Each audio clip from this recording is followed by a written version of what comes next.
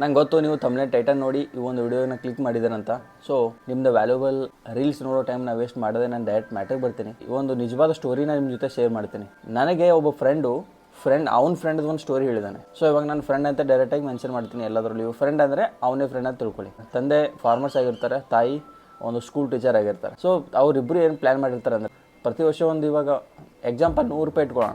ಆ 100 ರೂಪಾಯಲ್ಲಿ ಒಂದು 50-60 ರೂಪಾಯಿ ಸೇವ್ ಮಾಡೋಕ್ಕೆ ಇಡೋಣ. ಎಷ್ಟೇ ಕಷ್ಟ ಆಗಲಿ 50 ರೂಪಾಯಿ ಮಿನಿಮಮ್ 50 ರೂಪಾಯಿ ಆದ್ರೆ ನಾವು ಸೇವ್ ಮಾಡೋಣ. ಯಾಕಂದರೆ ನಾವು ಒಂದು ಇಬ್ಬರು ರಿಟೈರ್ಡ್ ಆದಮೇಲೆ ಈ ವರ್ಲ್ಡ್ ಸುತ್ತೋಕೆ ಹೋಗೋಣ, ಜಗತ್ತು ನೋಡೋಣ, ಫುಲ್ ಟ್ರಿಪ್ ಮಾಡೋಣ, ಟ್ರಾವೆಲ್ ಮಾಡೋಣ ಅಂತ ಒಂದು ಡ್ರೀಮ್ ಇರುತ್ತೆ ಅವರಿಗೆ. ಡ್ರೀಮ್ ಕಟ್ಟಿರ್ತಾರೆ. ಸೊ ಎಷ್ಟು ಚೆನ್ನಾಗಿದೆ ಅಲ್ಲ ಅವರು. ಈ ಸ್ಟೋರಿ ಕೇಳಿದ್ರೆ ಎಷ್ಟೋ ಒಂದು ಖುಷಿ ಆಗುತ್ತಲ್ಲ. ಒಂದು ರಿಟೈರ್ ಆದಮೇಲೆ ಒಂದು ಟ್ರಾವೆಲ್ ಮಾಡೋ ಒಂದು ಕನಸು ಇಟ್ಕೊಂಡಿರ್ತಾರೆ. ಬಟ್ ಕಾಲಚಕ್ರ ಅನ್ನೋದು ಯಾರ ಕೈಯಲ್ಲೂ ಇರಲ್ಲ. Time waits for no one title ಕೊಟ್ಟಿದ್ದೀನಲ್ಲ.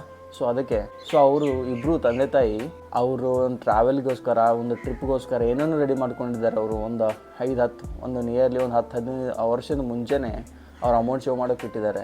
ಮತ್ತು ಅವ್ರ ಡ್ರೆಸ್ಗಳನ್ನ ಖರೀದಿ ಮಾಡ್ಕೊಂಡಿದ್ದಾರೆ, ಲಗೇಜ್ ಎಲ್ಲ ರೆಡಿ ಮಾಡ್ಕೊಂಡಿದ್ದಾರೆ. ಏನೇನು ಬೇಕು ಯಾವ್ಯಾವ ಟೈಮಲ್ಲಿ ಎಷ್ಟೆಷ್ಟು ದುಡ್ಡು ಬರುತ್ತಲ್ಲ, ಸೊ ದುಡ್ಡನ್ನು ಅವ್ರು ಟ್ರಾವೆಲ್ಗೋಸ್ಕರ ಇನ್ವೆಸ್ಟ್ ಮಾಡ್ತಾ ಸೇವ್ ಮಾಡ್ತಾ ಬಂದಿದ್ದಾರೆ. ಬಟ್ ಒಂದೇನೇ ಏನಂತಂದರೆ, ಸ್ಕೂಲ್ ಟೀಚರ್ ಇದ್ದಾರಲ್ಲ, ಟೀಚಿಂಗ್ ಮಾಡ್ತಾನೆ ತಲೆ ಸುತ್ತ ಬಿದ್ದರು. ಸೊ ಅವ್ರನ್ನ ಹಾಸ್ಪಿಟ್ಲ್ ಅಡ್ಮಿಟ್ ಮಾಡ್ತಾರೆ. ಆವಾಗ ಗೊತ್ತಾಗುತ್ತೆ ನಿಜ ಏನಂದರೆ ಅವಳಿಗೆ ಕ್ಯಾನ್ಸರ್ ಅಂತ. ಈ ಕಡೆ ಗಂಡನ ಎದೆನೂ ಧಗ್ಗಂತು. ಆ ಒಂದು ಕನಸಿದೆಯಲ್ಲ, ಆ ಕನಸು ಈ ಒಂದು ಕಣ್ಣು ಮುಂದೆ ಬಂದು ಮರೀಚಿಕೆ ಆಗೋಯ್ತು ತಕ್ಷಣ. ಇಷ್ಟು ವರ್ಷ ಅವರು ದುಡ್ದು ಸೇವ್ ಮಾಡಿದ ದುಡ್ಡು, ಅವರು ಖರೀದಿ ಮಾಡಿದ ಒಂದು ಇನ್ವೆಸ್ಟ್ ಮಾಡಿದ ಒಂದು ಸಾಮಾನುಗಳಾಗಿರ್ಬೋದು, ಟ್ರಾವೆಲ್ ಥಿಂಗ್ಸ್ಗಳಾಗಿರ್ಬೋದು, ಅವೆಲ್ಲ ಕಣ್ಣು ಮುಂದೆ ಹಿಂಗೆ ಥಟ್ಟನೆ ಹಿಂಗೆ ಮೂವಿಲಿ ಟ್ರೈಲರ್ ಬಂದು ಹೋಗುತ್ತಲ್ಲ, ಆ ರೀತಿ ಹಿಂಗೆ ಬಂದೋಯ್ತು ಅವ್ರ ಹತ್ರ. ಸೊ ಅದಾದ ನಂತರ ಅವರು ಕ್ಯಾನ್ಸರ್ ಬರುತ್ತೆ. ಕ್ಯಾನ್ಸರ್ ಆದ ಕೆಲವೊಂದು ವರ್ಷಗಳಲ್ಲೇ ಸಹಿತಾಳೆ ಅವಳು. ಗಂಡ ಇರ್ತಾನಲ್ಲ ಫಾರ್ಮರು, ಅವಳ ನೆನಪಲ್ಲೇ ಆ ಒಂದು ಟ್ರಾವೆಲಿಗೆ ಹೋಗದೆ. ಯಾಕಂದರೆ ಅವರಿಬ್ಬರು ದುಡ್ಡು ಸೇವ್ ಮಾಡಿದ್ದು ಇಬ್ಬರು ಕೂಡ ಒಂದು ಲಾಸ್ಟ್ ಲೈಫ್ ಮೂಮೆಂಟ್ನ ಟ್ರಾವೆಲ್ ಮಾಡ್ತಾ, ಇಬ್ಬರು ಕೈಯನ್ನು ಹಿಡ್ಕೊಳ್ತಾ, ಡಿನ್ನರು ಊಟ ಮಾಡ್ತಾ, ಮೆಮೊರಿನ ನೆನಪು ಮಾಡ್ಕೋತಾ ಏನೋ ಒಂದು ಪ್ಲ್ಯಾನ್ ಮಾಡಿದರು ಮಾಡಬೇಕಂತ. ಬಟ್ ಅದು ಆಗಲಿಲ್ಲ. ಆ ಒಂದು ಫಾರ್ಮರು ಆ ನೆನಪಲ್ಲೇ ಅವನ ಹೆಂಡತಿ ಏನೇನೋ ಬಟ್ಟೆ ಖರೀದಿ ಮಾಡಿದ್ಲು, ಟ್ರಾವೆಲ್ ಥಿಂಗ್ಸ್ನ ಖರೀದಿ ಮಾಡಿದ್ಲಲ್ಲ. ಸೊ ಅದೆಲ್ಲ ಅವನು ಯಾವ ರೀತಿ ಇತ್ತಲ್ಲ ಅದೇ ರೀತಿ ಇಟ್ಟ. ಅದು ಯಾವ ರೀತಿ ಕ್ಲೀನ್ ಮಾಡೋಕ್ಕೂ ಹೋಗಿಲ್ಲ. ಯಾಕಂದರೆ ಅದು ರೀಪ್ರೆಸೆಂಟ್ ಮಾಡೋಕ್ಕೆ ಮಗ ಅವ್ರದ್ದಿಬ್ಬರದು ಒಂದು ಕನೆಕ್ಟಿವಿಟಿ, ಅವರಿಬ್ಬರದು ಒಂದು ಪ್ರೀತಿ ಪ್ರೇಮ. ಸೊ ಅದನ್ನೆಲ್ಲಿ ನಾನು ಏನಾದರೂ ಕ್ಲೀನ್ ಮಾಡಿದ್ರೆ ಆ ಒಂದು ಪ್ರೀತಿ ಅನ್ನೋದು ಟಚ್ ಮಾಡಿದ ಒಂದು ಫೀಲ್ಸ್ ಆಗಿರ್ಬೋದು ಎಲ್ಲ ಕಳೆದು ಹೋಗುತ್ತಂತ ಅವನೇನು ಕ್ಲೀನ್ ಮಾಡೋಕ್ಕೆ ಹೋಗಿಲ್ಲ. ಮನೆ ಯಾವ ರೀತಿ ಇತ್ತಲ್ಲ ಅದೇ ರೀತಿ ಇಟ್ಟ ಅವನು ಕೂಡ ಅವಳ ನೆನಪಲ್ಲೇ ಒಂದಿನ ಹೋಗ್ತಾನೆ. ಸೊ ಒಂದಿನ ನನ್ನ ಫ್ರೆಂಡ್ ಇದ್ದಾನಲ್ಲ, ಸೊ ಅವನು ಅವ್ನ ಮನೇನ ಕ್ಲೀನ್ ಮಾಡೋಕೆ ಹೋಗಿರ್ತಾನೆ. ಆವಾಗ ಗೊತ್ತಾಗುತ್ತೆ ಆ ಒಂದು ಟೀಚರ್ ಮತ್ತು ಒಂದು ಫಾರ್ಮರ್ ರೈತರ ಒಂದು ಸಂಬಂಧ, ಪ್ರೀತಿ ಪ್ರೇಮ, ಆ ಒಂದು ರಿಲೇಷನ್ಶಿಪ್ಪಲ್ಲಿ ಎಷ್ಟು ಟ್ರೂ ಲವ್ ಇದೆ ಅಂತ. ಬಟ್ ಅವ್ರಿಗೆ ಏನಾಯ್ತು ಅಂದರೆ ಟೈಮ್ ಇರಲಿಲ್ಲ. ಟೈಮ್ನ ಪೋಸ್ಟ್ಪೋನ್ ಮಾಡ್ತಾ ಬಂದರು. ಟೈಮ್ನ ಪೋಸ್ಟ್ಪೋನ್ ಮಾಡಿದ್ರು ಈ ಟೈಮಲ್ಲಿ ಟ್ರಾವೆಲ್ ಮಾಡ್ಬೇಕಂತ. ಬಟ್ ಅವ್ರಿಗೋಸ್ಕರ ಟೈಮ್ ಬೇರೆನೇ ಆಗಿತ್ತು. ಸೊ ಈ ಒಂದು ಸ್ಟೋರಿ ಯಾಕೆ ಹೇಳೋದಂದ್ರೆ ನಿಮ್ಗೆ ಅರ್ಥ ಆಗಿರ್ಬೇಕು ಯಾವ ಟೈಮಲ್ಲಿ ಏನು ಮಾಡಬೇಕು ಅದು ಮಾಡಲೇಬೇಕು. ಇವಾಗ ಎಕ್ಸಾಂಪಲ್ ಪ್ರತಿಯೊಬ್ಬರ ಲೈಫಲ್ಲೂ ಕೂಡ ಏನೋ ಒಂದು ರೀತಿಲಿ ಒಂದು ಎಕ್ಸಾಂಪಲ್ ಬಂದೇ ಇರ್ತಾವೆ. ಈ ಒಂದು ಯಂಗ್ಸ್ಟರಲ್ಲಿ ಏನೋ ಒಂದು ಹುಡುಗಿನ ಪ್ರೀತಿ ಮಾಡ್ತಾ ಇರ್ತಾನೆ, ಒಂದು 2-3 ವರ್ಷದಿಂದ ಪ್ರೀತಿ ಮಾಡ್ತಾ ಇರ್ತಾನೆ. ಆ ಹುಡುಗಿನ ಒಂದು ಪ್ರಪೋಸ್ ಮಾಡೋಕೆ ಆಗ್ತಿರಲ್ಲ ಅವನಿಗೆ. ಸೊ ಯಾವಾಗ ಪ್ರಪೋಸ್ ಮಾಡೋಕೆ ಹೋಗ್ತಾನಲ್ಲ ಆವಾಗ ಗೊತ್ತಾಗುತ್ತೆ ಅವಳಿಗೆ ಬಾಯ್ ಫ್ರೆಂಡ್ ಇದ್ದಾನಂತ. ಆವಾಗ ಗೊತ್ತಾಗುತ್ತೆ ಅವ್ನು 3 ವರ್ಷ ಟೈಮ್ ವೇಸ್ಟ್ ಮಾಡಿದಾನಂತ. Bro, if you want to say anything just say it bro. Time waits for no one. ಇವಾಗ ಕೆಲವೊಬ್ರು ತಂದೆ ತಾಯಿಗಳನ್ನ ಟ್ರಿಪ್ ಕರ್ಕೊಂಡು ಹೋಗ್ಬೇಕಂತ ಆಸೆ ಇಟ್ಟಿರ್ತಾರೆ.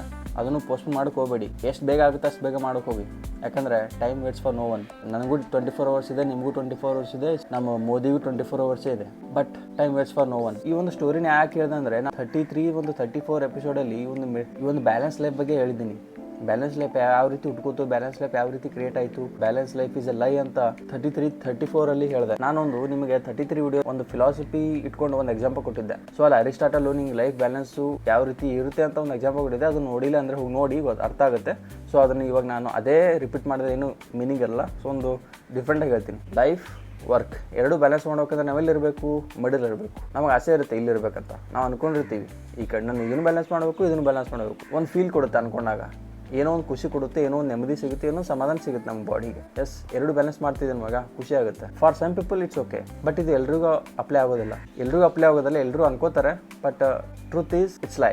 ಸೊ ಇವಾಗ ನಾವೆಲ್ಲ ಅನ್ಕೊಂಡಿರ್ತೀವಿ ಬ್ಯಾಲೆನ್ಸ್ ಸಿಗಬೇಕಂದ್ರೆ ನೀನು ಆಲ್ವೇಸ್ ಮಿಡಲಲ್ಲೇ ಇರಬೇಕಂತ. ಅಂದರೆ ನೀನು ಮಿಡಲಲ್ಲಿ ಇದ್ದರೆ ಇದನ್ನು ಬ್ಯಾಲೆನ್ಸ್ ಮಾಡ್ತೆ, ಇದನ್ನು ಬ್ಯಾಲೆನ್ಸ್ ಮಾಡುತ್ತೆ ಅನ್ಕೊಂಡಿರ್ತೀವಿ. The reality is when you are moving away from it, ಅಂದರೆ ನೀನು ಎಕ್ಸ್ಟ್ರೀಮ್ ಎಂಡ್ಗೆ ಹೋಗ್ತಿದ್ಯಾ, ಅಂದರೆ ನೀನು ಒಂದು ಕಡೆ ಜಾಸ್ತಿ ವರ್ಕ್ ಮಾಡ್ತಿದ್ಯಾ. ಸೊ ಒಂದು ಕಡೆ ಜಾಸ್ತಿ ಫೋಕಸ್ ಮಾಡ್ತೀಯ ಅಂದರೆ ಅಲ್ಲಿ ಬ್ಯಾಲೆನ್ಸ್ ಆಗ್ತಿಲ್ಲ ಅಂದರೆ, ಬಟ್ ಹಿಂಗೆ ಕೆಲಸ ಆಗ್ತಿದೆ ಅಂದರೆ ಒಂದು ನೀನು ಯಾವಾಗ when you are moving into extreme level you are doing great at that point at that time with full commitment. ಅಂದರೆ ಏನು ಹೇಳಕ್ಕೆ ಟ್ರೈ ಮಾಡ್ತೀನಿ ಅಂದರೆ ಮಿಡಲ್ ಮಿಸ್ ಮ್ಯಾನೇಜ್ಮೆಂಟ್ ಅಂತ ಇರುತ್ತೆ ನಮ್ಮ ಮೈಂಡ್ಸೆಟ್ ಇಲ್ಲಿ. ಅದು ನಮ್ಮನ್ನು ಪ್ರಿವೆಂಟ್ ಮಾಡ್ತಿದೆ ಒಂದು ಎಕ್ಸ್ಟ್ರಾರ್ಡರಿ ಟೈಮ್ ಕಮಿಟ್ಮೆಂಟ್ ಟು ಎನಿಥಿಂಗ್. ನಾವು ಒಂದು ಲೈಫಲ್ಲಿ ಏನೋ ಒಂದು ಎಕ್ಸ್ಟ್ರೀಮ್ ಆಗಿ ಮಾಡ್ಬೇಕಂದ್ರೆ, ನಾವು ಏನೋ ಒಂದು ಫೋಕಸ್ ಮಾಡ್ಬೇಕಂದ್ರೆ, ನೀನು ಎರಡು ಕಾಲನ ಎರಡು ದೋಣಿಲಿ ಇಟ್ಟಿದ್ಯಾ ಅಂದ್ರೆ ಎರಡು ದೋಣಿ ಈ ಕಡೆ ಹೋಗ್ತವೆ, ನೀನು ಮಿಡಲಲ್ಲಿ ಬಿದ್ದು ಇರುತ್ತೆ. ಸೊ ದ ಥಿಂಗ್ ಈಸ್, ನಮಗೆ ಗೊತ್ತಿರ್ಬೇಕು ಮಗ, ನಾವು ಯಾವಾಗ ಬ್ಯಾಲೆನ್ಸ್ ಮಾಡಬೇಕು, ನಾವು ಯಾವಾಗ ಮಿಡಲ್ ಇರಬೇಕು, ನಾವು ಯಾವಾಗ ಎಕ್ಸ್ಟ್ರೀಮ್ ಇರಬೇಕು ಅನ್ನೋದು ಗೊತ್ತಾದರೆ ಬಿಗಿನಿಂಗ್ ಆಫ್ ವಿಸ್ಡಮ್ ಅಲ್ಲಿಂದ ಸ್ಟಾರ್ಟ್ ಆಗುತ್ತೆ. ನೀವು ಲೈಫಲ್ಲಿ ಏನೋ ಒಂದು ಎಕ್ಸ್ಟ್ರಾರ್ಡಿನರಿ ಅಚೀವ್ ಮಾಡ್ಬೇಕಂತ ಅನ್ಕೊಂಡಿದ್ದೆ ಅಂದರೆ ಈ ಒಂದು ಟೈಮ್ ಜೊತೆ ನೀನು ನೆಗೋಷಿಯೇಷನ್ ಮಾಡಲೇಬೇಕು. ಅಂದರೆ ಟೋಟಲ್ ನಾನು ಏನು ಹೇಳ್ಕೊಂಡಿದ್ದೆ ಅಂದರೆ, the magic never happens in the middle,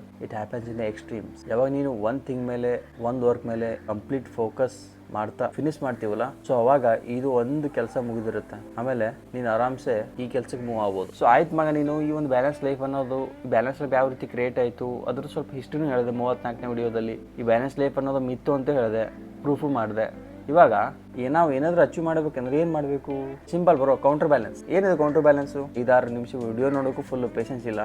so ಅದರಲ್ಲೇ ಅದನ್ನು ಇದರಲ್ಲಿ ಹಾಕಿದ್ರೆ ಫುಲ್ ಕನ್ಫ್ಯೂಸ್ ಆಗಿಬಿಡುತ್ತೆ. ಸೊ ಅದು ನೆಕ್ಸ್ಟ್ ಪಾರ್ಟಲ್ಲಿ ತರ್ತೀನಿ ಬ್ರೋ. ಸೊ ಅಲ್ಲಿವರೆಗೆ ಈ ವಿಡಿಯೋ ಲೈಕ್ ಆಗಿದ್ರೆ ಲೈಕ್ ಮಾಡಿ, ಶೇರ್ ಮಾಡಿ, ಸಬ್ಸ್ಕ್ರೈಬ್ ಮಾಡಿ.